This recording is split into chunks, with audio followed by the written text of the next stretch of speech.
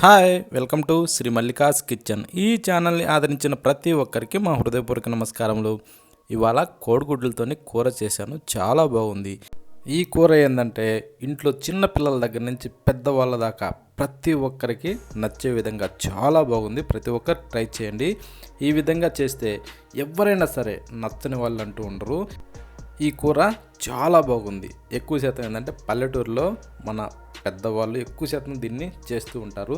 ఈ విధంగా చేసుకున్న ఎవరికైనా సరే సూపర్ టేస్టీగా వస్తుంది. ప్రతి ఒక్కరు ట్రై చేయండి. ఈ రుచిని అందరికీ అందించాలనే ఆకాంక్షతో నేను ఇవాళ అందరి ముందుకు తీసుకొస్తున్నాను. ఇది చాలా సింపుల్గా, ఎంతో కొత్తదనంతో, ఎంత కొత్త వాళ్ళైనా సరే చాలా ఈజీగా చేసేయచ్చు. ఇది ఎలా చేయాలో మన కిచెన్లోకి వెళ్ళి చూద్దాం. ముందుగా ఏంటంటే నేను ఒక 5 కోడిగుడ్లని బాయిల్ చేసి పెట్టుకున్నాను, అంటే ఉడకబెట్టి పొక్కు తీసి రెడీ చేసి పెట్టుకున్నాను. ఇప్పుడు వీటిని ఏంటంటే ఒక చిన్న కత్తి సహాయంతో ఈ టైప్లో రౌండ్గా, అంటే ఈ టైప్లో గుడ్డును తిప్పుకుంటూ ఈ టైప్లో ఏంటంటే ఒకటే ఘాటు పెట్టుకోవాలి గుడ్డు చుట్టూరు. ఈ టైప్లో మనం పెట్టుకుంటే ఏంటంటే మనం తినడానికి కూడా చాలా బాగుంటుంది.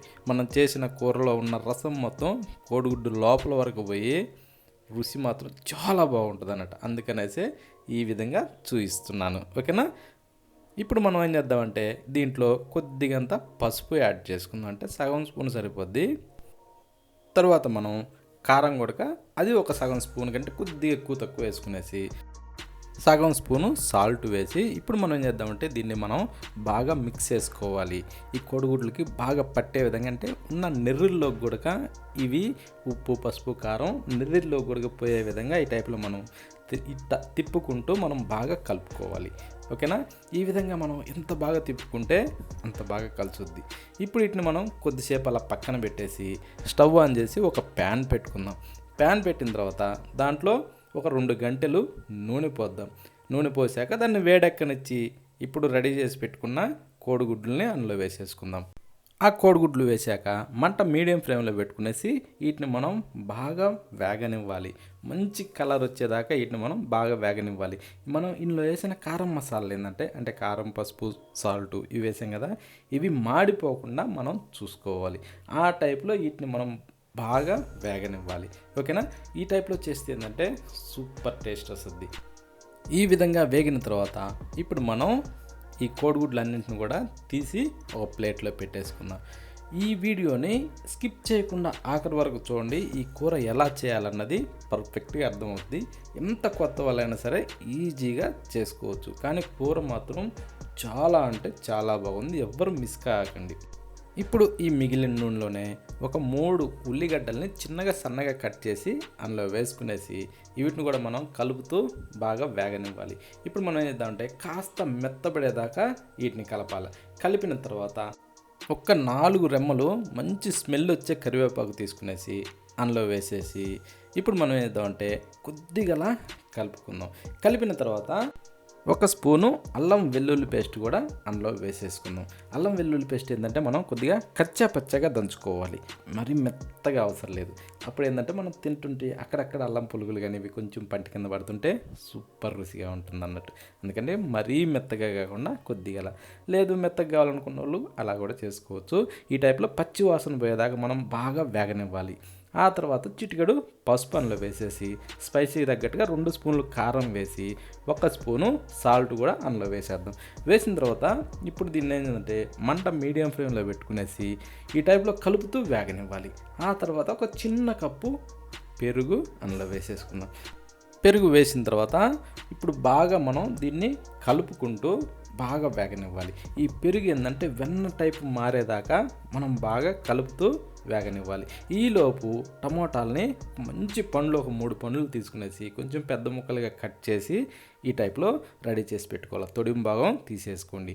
ఒక మిక్సీ జారే తీసుకునేసి దాంట్లో మనం కట్ చేసి పెట్టిన టమోటాలన్నీ కూడా అందులో వేసేద్దాం. కానీ టమోటాలు కట్ చేసేటప్పుడు మాత్రం తొడిం భాగంలో ఉండే గడ్డని కంపల్సరీ తీసేసుకుంటే చాలా మంచిది. ఇప్పుడు మనం దీన్ని పేస్ట్ చేసుకోవాలి. అది ఎట్లా అంటే నీళ్లు పోసే అవసరం లేదు. చూడండి, ఈ విధంగా మనకి పేస్ట్ వస్తే సరిపోతుంది. ఇప్పుడు మనం ఏం చేద్దామంటే ఆ కూర దగ్గరికి వెళ్తే ఈ టైప్లో మనం బాగా మంచి ఆయిల్ సపరేట్ అయ్యేదాకా ఈ టైప్లో వేగనివ్వాలి. ఇప్పుడు ఒక్కసారి చూడండి, ఈ టైప్లో మాత్రం ఖచ్చితం వేగాలి. వేగిన తర్వాత ఇప్పుడు మనం ఇందాక గ్రైండ్ చేసి పెట్టుకున్న టమోటా పేస్ట్ ఏదైతే ఉందో దాన్ని మొత్తంకే దీంట్లో పోసేసుకుందాం.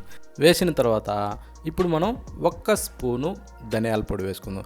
ధనియాల పొడి వేసి సగం స్పూను గరం మసాలా, సగం స్పూను జీలకర్ర పొడి కూడా అందులో వేసేసుకుందాం. ఇవి 3 వేసిన తర్వాత ఇప్పుడు మనం దీన్ని ఈ విధంగా కలుపుతూ మంట మీడియం ఫ్లేమ్లో పెట్టుకునేసి బాగా ఒక 2-3 నిమిషాలు బాగా వేగనివ్వాలి. ఈ విధంగా చూడండి, మంచి కలర్ వచ్చేదాకా ఈ టైప్లో వేగనివ్వాలి. ఆ తర్వాత ఒక గ్లాసు నీళ్ళలో పోసేసుకుందాం. నీళ్ళు పోసిన తర్వాత కొద్దిగా మిక్స్ చేసుకుందాం. మిక్స్ చేసి ఆ తర్వాత ఈ పులుసు బాగా తెరలేదాకా ఉడకనివ్వాలి. అంటే ఒక 3-4 నిమిషాల సేపు ఉడికితే ఈ విధంగా సరిపోతుంది. ఓకేనా? ఈ టైప్లో మంచిగా గుజ్జు మంచి కలర్ రావాలి. కలర్ వచ్చిన తర్వాత ఇందాక మనం ఫ్రై చేసి పెట్టుకున్న కోడిగుడ్లు అందులో వేసేసుకుందాం. వేసిన తర్వాత ఒక 5 పచ్చిమిరపకాయలు కూడా అందులో వేసేద్దాం. వేసిన తర్వాత 1 స్పూను కస్తూరి మెతి కూడా అందులో వేసుకుందాం. కస్తూరి మెతి వేస్తే ఏంటంటే కూర మంచి కలర్ కాంబినేషన్ బాగుంటుంది, రుచి కూడా చాలా బాగుంటుంది. ఒకవేళ కస్తూరి మెతి లేని వాళ్ళు ఇబ్బంది పడే అవసరం లేదు, కూర మాత్రం సూపర్గా ఉంటుంది. మూత పెట్టేసి ఇప్పుడు దాదాపు ఒక 6-8 నిమిషాల సేపు బాగా ఉడకనివ్వాలి. అప్పుడేమవుద్దంటే ఈ కూరలో సారం మొత్తం కోడిగుడ్లు బాగా పీల్చుకునేసి సూపర్ రుచిగా ఉంటాయి అన్నట్టు. కోడిగుడ్లో ఉన్న రసం కూడా అంటే కోడిగుడ్లో ఉన్న ఆ టేస్ట్ కూడా కూరలోకి వచ్చి ఇంకా అద్భుతంగా ఉంటుంది అన్నట్టు రెండింటి కాంబినేషను. ఇప్పుడు మీదకించి కొత్తిమీరని అలా చల్లుకున్న తర్వాత ఈ టైప్లో కొద్దిగా అలా కలబెట్టేసుకునేసి ఆ తర్వాత ఒక్కసారి రుచి చూసుకుందాం ఎలా ఉందన్నది. సాల్ట్ సరిపోయిందా, కూర ఎలా ఉన్నది అన్ని ప్రతి ఒక్కటి చూసుకునేసి స్టవ్ ఆఫ్ చేసి ఇంకా వేడి వేడి అన్నంలో కాస్త అలా వేసుకొని తింటుంటే ఏమి రుచిగా ఉంటుంది తెలుసా. ఒక్క ముద్ద అన్నం నోట్లో పెట్టుకునేసి కోడిగుడ్డు తుంచుకొని తింటుంటే ఆ రుచి మాత్రం చాలా బాగుంది. ప్రతి ఒక్కరు కూడా ట్రై చేయండి. ట్రై చేసిన తర్వాత కామెంట్ రూపంలో ఎలా ఉందన్నది పెట్టడం మాత్రం మర్చిపోవద్దు. మళ్ళీ కలుద్దామా.